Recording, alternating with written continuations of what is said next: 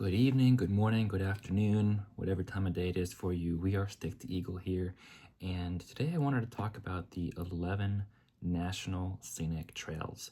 There are 11 National Scenic Trails, and the Appalachian Trail that we thru-hiked last year in 2024 is only one of those. And I just came across this map, just wanted to look at the national trails because I really hadn't seen a map of 11 specific national scenic trails before. And there's some trails that surprise me that are not on here as official national trails. And one of those is a long trail, which is very much established as a trail that people thru-hike, very common. And it even has shelters on the trail, and it's the original inspiration for the Appalachian Trail.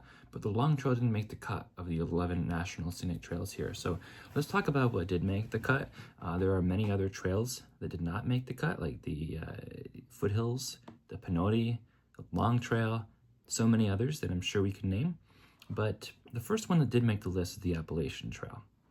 And that length is 2,190 miles. We did it on our channel here last year in 2024.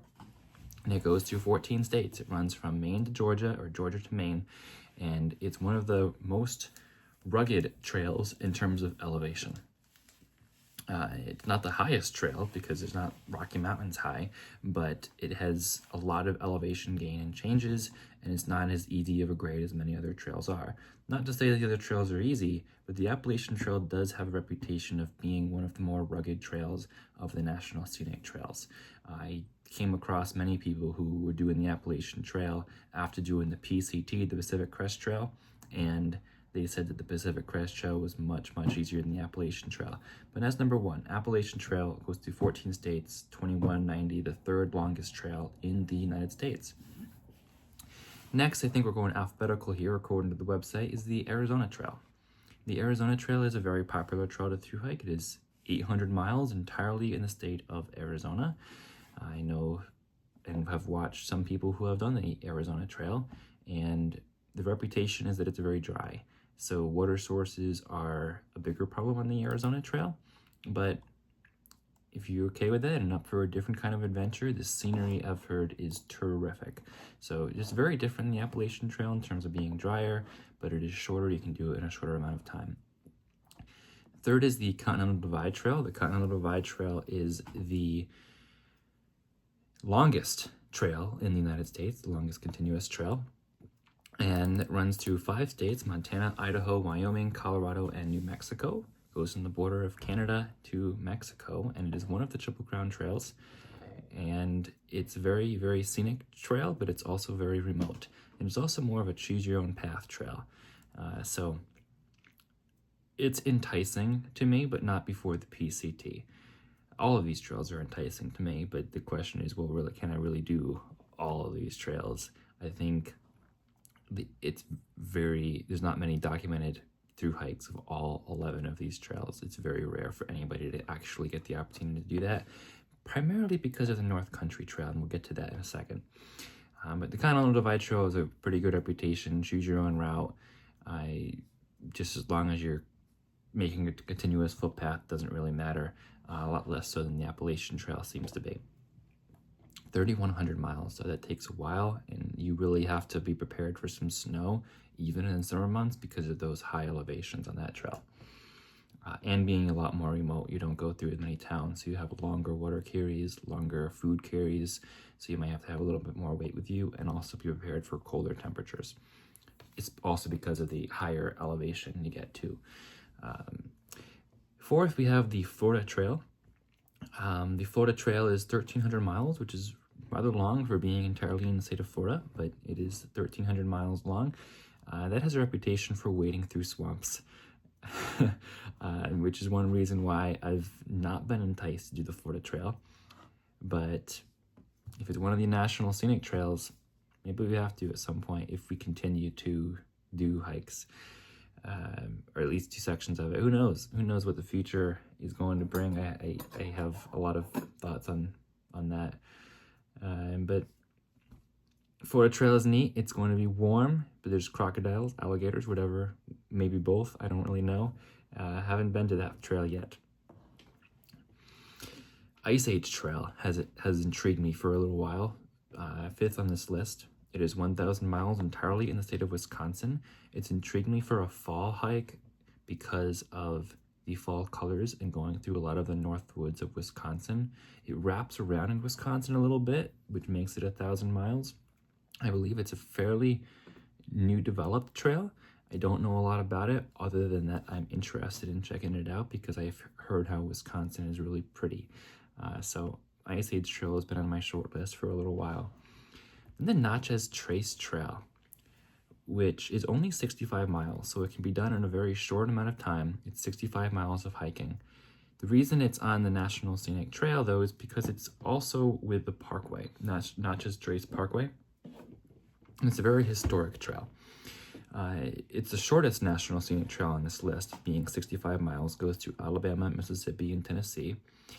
And it is the only one, I believe, that is not a continuous footpath as well. So you really just take in the 5 sections of this trail and then driving or biking on the road. It wouldn't be really safe to walk along the side of that road. I've looked at pictures of the road, and it's a road without a shoulder, so not ideal to do that. But so really to through hike the Natchez Trace, you just have to hike 65 miles. That is very, very doable, and that's why I'm looking at doing that very soon and getting a second National Scenic Trail done even before I go to summer camp in June. Then we have the New England Trail. The New England Trail is right in my home state of Connecticut. It's 215 miles, goes through Connecticut and Massachusetts. I've hiked sections of that on day hikes, but I've not done an overnight in the New England Trail. I really should because that's so close to home. The North Country Trail is actually the longest trail on this list. Did I say that the Continental Divide Trail was? I was wrong. And the Appalachian Trail is the 4th longest. The Continental Divide Trail is number 2. Pacific Crest Trail will be number 3. But North Country Trail is 4,600 miles long. It goes through Minnesota. It starts in North Dakota. Then it goes to Minnesota, Michigan, Wisconsin, Ohio, New York, Pennsylvania. Those are totally out of order. I don't know why this is in this list, but it goes from New Vermont to North Dakota. And it's a really long trail. It's very rare for someone to through hike this trail because it's in the northern part of the country where the summer season's a lot shorter. So you're going to probably be dealing with snow on this trail.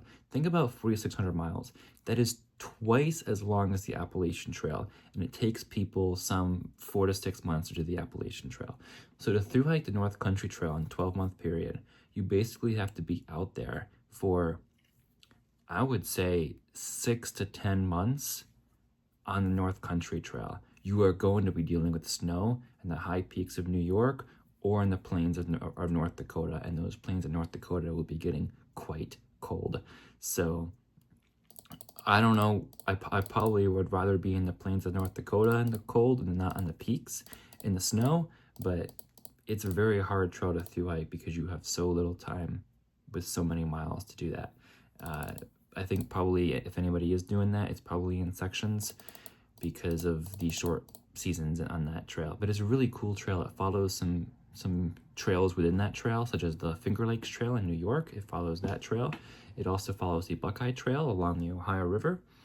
And then it goes up into Minnesota and follows the Superior Hiking Trail. And the Superior Hiking Trail is one trail that I was looking at to be on my short list. So if I did that, I'd be doing a section of the North Country Trail. Then you have the Pacific Crest Trail, which is 2,600 miles, 2,650. It goes through 3 states, California, Oregon, and Washington. And that trail obviously is in the Pacific part of the country. It's one of the Triple Crowns, being Pacific Crest, CDT, Continental Divide Trail, and the Appalachian Trail, the AT. So if you do 2 of those trails, you got to do the 3rd one. That's just what people say. You can do 1 or 3. You can't do 2 and not do the 3rd one. So if I ever do the Pacific Crest Trail, then the Continental Divide Trail would be on the list. But the Pacific Crest Trail will be number 2 if I do ever get the opportunity to do that. And then Continental Divide Trail will be the third one I do. I think that's a common order for people from the East Coast. If you're from the West Coast, you normally do the Pacific Crest Trail first, just because you live there. But that trail is plagued with wildfires often. So sometimes you have to skip sections to get around the wildfire or walk around it. So it's also a trail like the CDT where it's kind of choose your own path, because you're dealing with a lot more closed sections than the AT typically experiences. But you can still get credit for the through hike if you hike around a closed section due to wildfire, because it's not your fault. Although if I had hiked around a closed section, I want to go back and do it later too, kind of like I did for the Bear Mountain and the AT. Then you have two more trails. The Pacific Northwest Trail is the next one, which has a reputation of being the most remote trail of all of these, in terms of it's not well marked from what I understand. I've never been there, so if you know something else, tell me about it. But it's not well marked. It's very seldom traveled, so it's very remote, even less traveled than the CDT, the Continental Divide Trail. Something interesting about its 1,200-mile length as it runs through Idaho, Montana, and Washington is that those are out of water too. Montana, Idaho, then Washington. Idaho's, of course, in the middle. But it runs from the Glacier National Park to the coast of Washington. So it actually connects the CDT with the PCT in the north. So you really want to do a SOBO or Norbo PCT and then come SOBO on the CDT, you could just take the Pacific Northwest Trail over, called the PNT. How does that sound? So it's not on my short list because of how remote it is. I feel like I need to get more experience backpacking in some of the little more remote areas first before I attempt that. But if I do, this is a big if, but if I do continue through hiking for a while instead of having a firm job, which is a different story, and something that I feel like I should be doing, then I will be eyeing the Pacific Northwest Trail. But I'm going to be eyeing a lot of these other trails about these 11 before I try the PNT. But it does sound intriguing, especially since not a lot of people have done it. But it also means there's less support system on that trail too. So it's a really wild, remote trail. So it'd be fun to share a remote adventure, something like that with you all. And the last one is the PTOAC Heritage Trail, which is 710 miles, starts in Washington, D.C., goes through Maryland, Virginia, and Pennsylvania. And that may not be a continuous hiking path either. I believe it follows a lot of road. I just learned about this trail and that it is a National Scenic Trail, but I believe it follows the George Washington Parkway a lot, and there's more road walking than I would typically like, so that would not be on my short list. But I don't know if it's 710 miles of trail or 710 continuous or what. I have to learn more about that trail. I have to learn more about a lot of these trails if I'm going to actually be doing it. But in terms of all of these 11 National Scenic Trails, it seems like a really cool challenge to want to do all of them. But I'm not going to say I'm going to do all of them, because that is a very big ask and very dependent on what happens in my life. That, who knows? It was on my bucket list to do the Appalachian Trail. It wasn't even on my bucket list to do the Appalachian Trail in its entirety as a through hike. It was just to complete the whole Appalachian Trail in sections, and I got to do it as a through hike, which is fantastic. And I'd love to do it again because of how many great people are on that trail, all the hostels. I met so many great people I'd love to see again. But I'm also looking at other areas, because part of what really makes me excited in travel is seeing new places, going on a new adventure somewhere else. And the AT it was a great adventure, but it's also not a new adventure. So who knows? I love meeting the people on the AT, and I think I'd be meeting a lot more people on the AT than any of these other trails. But so that has that going for it, which is not new sight. So I don't know. I am thinking a lot about whether I should look at continuing through hiking and continue this channel as daily vlogs, because I am through hiking, and if I'm through hiking, I will be continuing this channel as daily vlogs. Or should I just say I did what's on my bucket list and get back into the regular world of working. You know, I've tried a few times. I tried being a pastor. I thought I was going to be a pastor for 10 to 15 years before you even met me. And then I thought I could be at the school for at least that year. It was a temporary job, hired short term through a June contract at the school. And that was based on the last teacher leaving, and they really needed somebody to come in mid-year. So they hired me even though I didn't have all the qualifications. So it was just guaranteed to June until I left due to safety reasons. But I had thoughts, well, if they're so short-staffed, which they were, maybe I could do a second year there, but it wasn't good for my mental health. I feel so much better now that I haven't been there, and I've had the last week here to just watch my Antarctica vlogs, edit those, and just work on that, which gave me joy. And now that I finished editing those, I'm like, all right, what do I do next? I have a little less than 2 months till I go to camp, so what's next? I'm going to save that for a different video though, because this is just for the National Scenic Trails. So if you have a favorite of the National Scenic Trails, I invite you to tell me what it is. Tell me about your experience, but some of these other trails, because I really only have the experience on the AT. And even the AT, people have so much different experiences, so many different experiences depending on weather or people or circumstances. You can hike the same trail, even be 3 days behind somebody else who has a very different experience than you do. But tell me about your experience with some of these 11 National Scenic Trails. I'd love to hear it. Or if you want to see me continue hiking, please give me a word of encouragement there and tell me that you want to see that, because if I'm going to continue through hiking, I really need to be able to count on income from YouTube if I'm going to make any of this work, because that means I don't have a job and I'm not going out and looking for another job if I'm doing that. So that is a big ask to do another through hike and make that work for me financially, because trusting income here is a really big trust, and knowing that other people would actually still be interested in following, and maybe I get more people following in the end. But that's a very big ask of YouTube, to be sure of that. And I never started YouTube for the money. I only started it because I wanted to document my AT adventure. And if I really put another trail on my list, then that means that I'm doing this for a different reason, to support my living based on, yeah, am I making sense?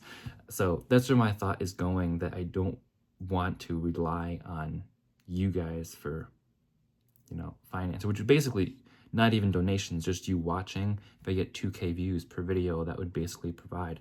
But that's not the reason I started to do this. I just started to do this for memories. But could I enjoy future memories? I don't know. So it's a lot to think about. I'm not dreaming yet, but I'm just intrigued. So wherever you go, if you live near any of these, get out hiking. Tell me your favorite parts, or tell me what you want to see in the future. And tell me if you'd still be there if I hike one of your favorite trails. For now, always remember to embrace the journey and happy trails.